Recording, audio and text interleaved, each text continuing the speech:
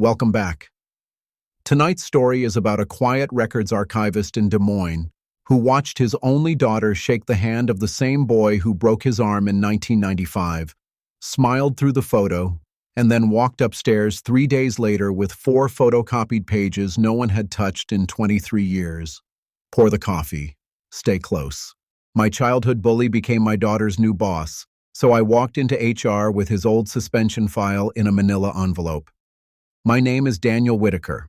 I am 50 years old. I live in a small brick house on the north side of Des Moines, Iowa, and I have been a records archivist for the Polk Heritage School District for 26 years.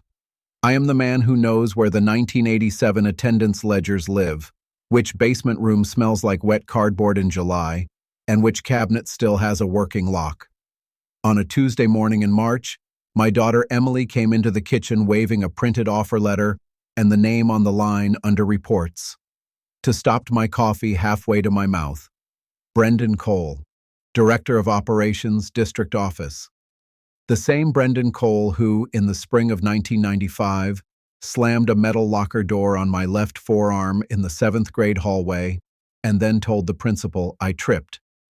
I had not said that name out loud in 31 years. I could smell the inside of that locker again. I could hear his friends laughing. Emily was beaming. She thought it was the best thing that had ever happened to her. If your gut already tells you what is coming, tell me in the comments. I want to see how many of us saw it from a mile away. We grew up on Linden Street, in a part of Des Moines, where the houses all leaned the same direction, and the neighbors all knew which dads drank and which moms cried in the grocery store parking lot.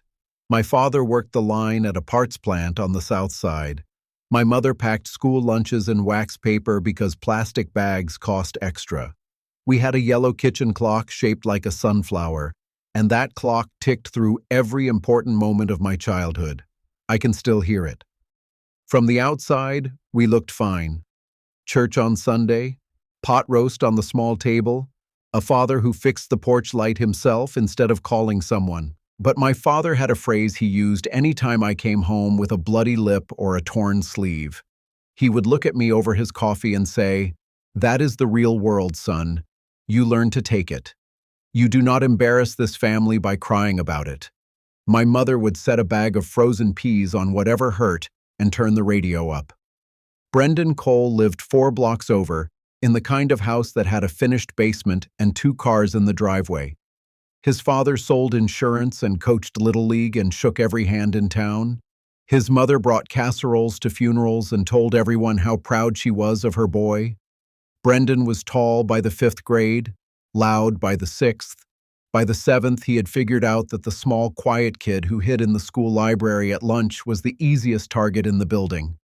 That small, quiet kid was me. There were 2 moments from that year that I have never been able to put down. The first was in October. He cornered me by the water fountain and made me say, out loud, that my father was a nobody who built nothing that mattered. He kept his hand on the back of my neck until I said it. I said it. I went home and could not look at my dad across the dinner table. I told my mother what happened and she said, "Every boy gets tested, Daniel. This is how character is built." Character. That was the word she used. I was 12. The second moment was the locker. April of 1995. I had a thin paperback of a Ray Bradbury collection in my hand, and Brendan grabbed it, threw it on the floor, and when I bent to pick it up, he slammed the locker door on my forearm 3 times. The pain was so big I could not breathe through it. He stood over me and said, "You will tell them you tripped, or tomorrow will be worse." I told them I tripped. I sat in the nurse's office with a swollen arm and a yellow sunflower clock ticking in my head, and I learned that day that the adults in my life were not coming. They were never coming. What I did not know yet, what no 12-year-old could know, was that the school did its own quiet investigation anyway. A teacher named Mrs. Avery had seen the hallway from her doorway. She wrote a statement. The school filed a 3-day suspension on Brendan Cole, and his father walked into the principal's office in a navy suit and got the suspension reduced to in-school detention with a note that the matter was, quote, resolved by family discussion. The original paperwork, the teacher's statement, the nurse's notes, the photograph of my arm, all of it went into a manila folder, and that folder went into the long-term student conduct cabinet in the basement of the district office. The cabinet I would, 26 years later, be paid to maintain. Spring came. Brendan's family threw a backyard party for his 13th birthday and invited the whole grade except me. My mother heard about it from a neighbor and told me, with her hands on my shoulders, that this was a chance to show grit. Grit. That was the second word. Grit and character. Those were the words our street used for what was actually being done to me. 2 weeks before 8th grade started, his parents announced something that, on paper, looked almost kind. They told my parents that Brendan wanted to apologize, man to man, and that they would all take me and Brendan to the Iowa State Fair together to clear the air. A fresh start before high school. My father shook the insurance man's hand in our driveway and told me this was how real men handled things. My mother ironed my good shirt. I did not want to go. I went anyway. I was 12, and I had been trained for years to walk into the room where the people who hurt me were waiting. The fair was on a Saturday in mid-August. The sky was the color of dishwater. I had $9 in my pocket that my grandmother had sent in a birthday card, folded into a small square inside my wallet. The Cole family picked me up in their clean SUV at 9 in the morning. Brendan sat in the back with me and would not look at me. His mother turned around from the front seat and told me, in her warmest voice, that today was going to be such a good day for both boys. I wanted to believe her. God help me, I wanted to believe her. We walked through the front gate. The air smelled like fryer grease and cattle and the cheap cinnamon of the elephant ear stand. Brendan's father bought us each a paper bracelet for the rides. His mother took a photograph of me and Brendan standing in front of the big slide, his arm around my shoulder like we were brothers. I have looked for that photograph my whole adult life. I never found it. I am almost certain his mother threw it away by Monday. At 11 in the morning, Brendan's father said he and his wife were going to walk over to the cattle barns and that the two boys should spend some time together, just us, to talk it through. He pressed a $20 bill into Brendan's hand and told us to meet them back at the front gate at 4 in the afternoon. He patted my shoulder. He said, "You are a tough kid, Daniel. Your dad has told me all about you."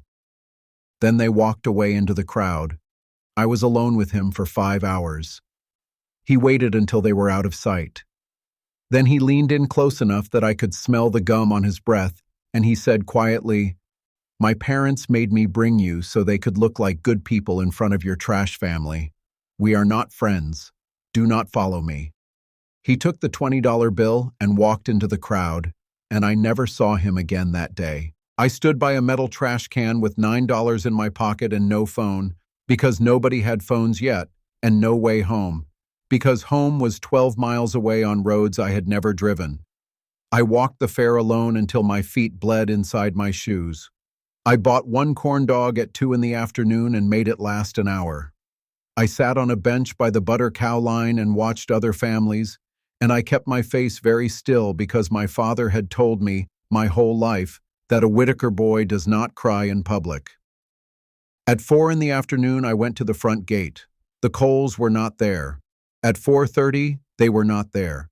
At 5:15, I saw their SUV pull up, and Brendan was in the back seat eating a funnel cake, and his mother rolled the window down and said, "Oh, sweetheart, we lost track of time. Did you boys have the best day?" I said, "Yes, ma'am." I got in the car. I sat next to him on the ride home, and I did not say a word. When I got out at our driveway, Brendan's father leaned across the seat and told my dad, through the window, that I had been a perfect gentleman all day. My father glowed. He clapped me on the back inside the house and said, "See, son, that is how the real world works. You give a man a chance, and good things come of it." The yellow sunflower clock ticked above the stove. I went upstairs. I sat on the edge of my bed in my good shirt with the small square of folded dollar bills still in my pocket, and I understood for the first time in my life that the people who were supposed to protect me had used me as a prop in someone else's apology. I was 12 years old, and something inside me went quiet and stayed quiet for 30 years. The person who pulled me out of that quiet was a school librarian named Mrs. Helen Avery, the same Mrs. Avery who had written the locker statement in 7th grade. She was in her late 50s then, a widow, with reading glasses on a beaded chain and a habit of saving the new arrivals shelf for whichever kid looked the loneliest that week. In 9th grade, she started asking me to help her shelve returns after school. She did not ask me what was wrong. She just kept handing me books, one after another, the way a person hands a cold child blankets. One Thursday in October, she set a cup of vending machine cocoa on the cart between us and said, very quietly, "Daniel, who is hurting you?" That was all. One small human question. I broke open right there in the nonfiction aisle. I told her everything: the locker, the fare, the $9, the photograph. She did not gasp. She did not pity me. She just listened, and when I was done, she said, "The people who did this to you defended it with pretty words. Lesson, character, grit, real world. None of those are the right word. The right word is cruelty, and you do not owe them another day of pretending it was anything else." She called my parents in for a meeting. My father sat in a small chair in the principal's office and listened to Mrs. Avery describe the fare, the locker, the suspension that had been quietly reduced, and his face did not move. When she was done, my father said, "Well, the boy survived, did he not? That is how the real world works. That is how you build a man." He used the same 3 words: real, world, man. He did not deny one thing she said. Neither did my mother. They defended it. They will defend it until the day they die. If you have ever had a parent defend the people who hurt you with the word lesson, drop a 1 in the comments. I want to know I am not alone in this. Mrs. Avery could not adopt me. The world did not work that way in 1996, but she did something better. She told me that afternoon that I was welcome at her kitchen table any night I wanted to come, and for the next 4 years I did. Her house was a small white ranch on Birch Avenue with a screen door that squeaked and a tabby cat named Walter, who slept on the radiator. She had a rule that nobody walked into her kitchen without knocking first, even her own grown son when he visited from Cedar Rapids. The first time she knocked on the guest room doorframe before bringing me clean sheets, I cried into the pillow for an hour because I had not known, until that moment, that an adult could ask permission to enter a room a child was in. She bought me a sketchbook for my 15th birthday because I had mentioned once that I used to like drawing maps. She put fresh sheets on the guest bed every Sunday, whether I was sleeping there or not, just in case. I did not change my last name. I kept Whitaker because by then I understood that the name was mine, not theirs. But I did change my life. I went to community college on a small scholarship Mrs. Avery helped me apply for. I studied library science and archival management because the basement of a records room was the safest place I had ever been. I met a woman named Claire in a paper conservation workshop in Iowa City when I was 27. She was patient in a way I did not know people could be. She let me be quiet for the first 6 months we dated and never once asked me to perform a personality I did not have. We married in a courthouse on a Tuesday. We adopted a rescue beagle named Pepper, who is now 13 and snores like a small engine. We had one daughter, Emily, in the spring of 2003. The same spring, in another part of Des Moines, a high school senior named Brendan Cole was caught on camera assaulting a freshman boy in a locker room. The case went through the district's disciplinary process. 3 witness statements, a nurse's report, a photograph of the freshman's bruised back, a formal suspension hearing. His father showed up in another Navy suit and got the suspension reduced from 10 days to 3, with a note that the matter was resolved by, quote, family counseling and a personal essay on respect. The full original file, the witness statements, the nurse's report, the photograph, the unedited hearing transcript, went into the long-term conduct cabinet in the basement of the district office. The same cabinet, the same room, the room I would be hired to manage 2 years later. I knew that file existed. I had known for 21 years. I had walked past it 1,000 times. I had never opened it. I had built a life on the principle that what was buried could stay buried, that I was not the kind of man who used the past as a weapon, that Mrs. Avery had taught me to live forward, not backward. And then, on a Tuesday morning in March of this year, my daughter Emily walked into our kitchen with a printed offer letter and showed me the name of her new boss, Brendan Cole, Director of Operations, direct supervisor to a 22-year-old entry-level analyst named Emily Whitaker. She had no idea. She had never heard the name. I had protected her from it her whole life the way you protect a child from a draft, by closing the door and never explaining why. She was so proud of herself. She had worn her good blazer to the interview. She told me he had been so warm in the second round, so encouraging, that he had told her, and I am quoting her exactly, that he believed in giving young people a real-world opportunity to build character. Real world. Character. Two of the three words. I set my coffee down very carefully on the counter so it would not shake. I did not tell her that night. I did not tell Claire that night. I sat on the back porch until 2 in the morning with Pepper asleep across my feet, and I thought about every version of this I could live with. I could say nothing and watch my daughter spend the next 2 years being managed by a man I knew, in my bones, had not changed. I could tell her the story and ask her to turn the job down and watch her resent me for the rest of my life for a decision she did not get to make for herself. Or I could do the one thing I had spent 26 years training for without knowing it. I could be the archivist. On Thursday morning, I went to work at 7, an hour before anyone else. I unlocked the basement room. I pulled the 2003 student conduct drawer. I found the folder. Cole, Brendan A. I sat at the small metal table under the fluorescent light and I read every page. The witness statements were still legible. The nurse's photograph was still clipped to the inside cover. The original suspension recommendation, 10 days, was still stapled behind the reduced version, 3 days, with the assistant principal's pencil note in the margin that read, per parental meeting, reduced under pressure. I photocopied 4 pages, the suspension recommendation, the nurse's report, 1 witness statement, the pencil note.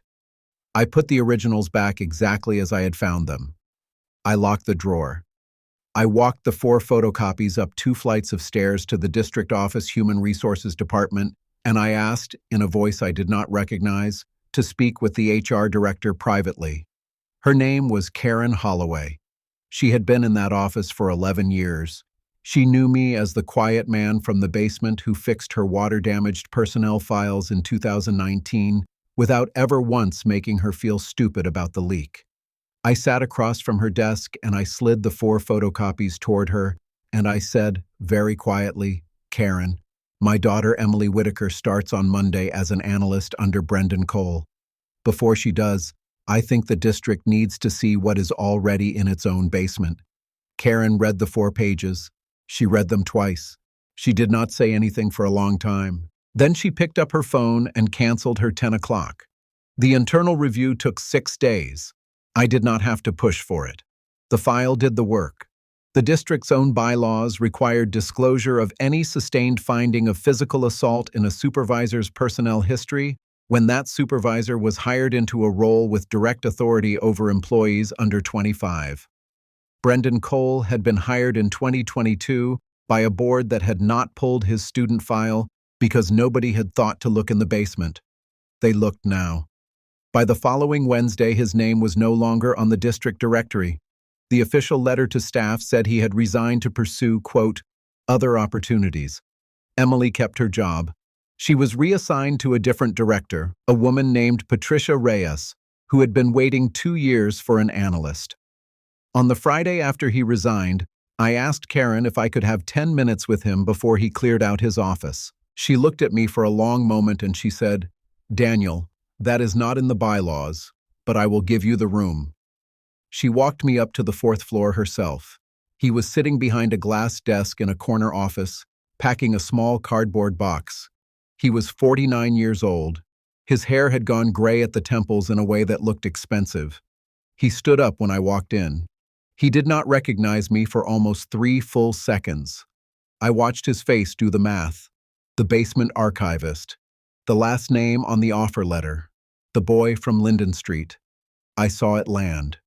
I did not raise my voice. I have never raised my voice in my life, and I was not going to start in a glass office on a Friday afternoon. I set the 4 photocopies on his desk, face up, in the order they had been filed. I said, "Brendan, in August of 1995, you took a $20 bill from your father, walked away from me at the Iowa State Fair, and left a 12-year-old boy alone for 5 hours with $9 in his pocket and no way home. Your mother took a photograph of us in front of the big slide that morning. I have spent 31 years wondering what happened to that photograph. I do not need it anymore." He opened his mouth.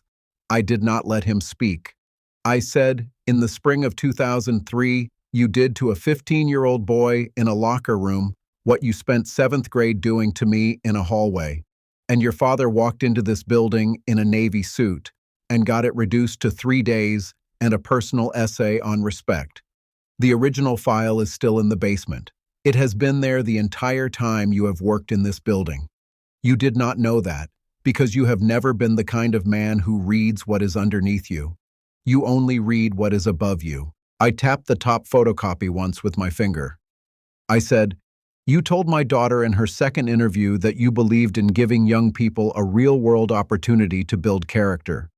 Those are the same 2 words your father used in my driveway in August of 1995. They were not the right words then. They are not the right words now. The right word, Brendan, is cruelty, and you do not get to practice it on my child." I picked up the photocopies. I put them back in the manila envelope. I walked out of his office and I did not look back, and I did not slow down, and I did not, for 1 second, feel small. If you have stayed with me until now, thank you. Tell me in the comments what part of this one stayed with you the most. I read every single one. I drove home down Hickman Parkway with the windows half down and the March air cold on the side of my face. Pepper was waiting at the door. Claire was making soup. Emily was on the couch with her work laptop, learning the names of her new team under Patricia Reyes. None of them knew where I had been. I sat in the driveway for a minute before I went inside, and I talked, in my head, to a 12-year-old boy in a good ironed shirt with $9 folded in his wallet, standing by a metal trash can at the Iowa State Fair. I told him, "I am sorry it took 31 years. I told him, the adults who were supposed to come for you did not come, and that was not your fault, and it was never your fault.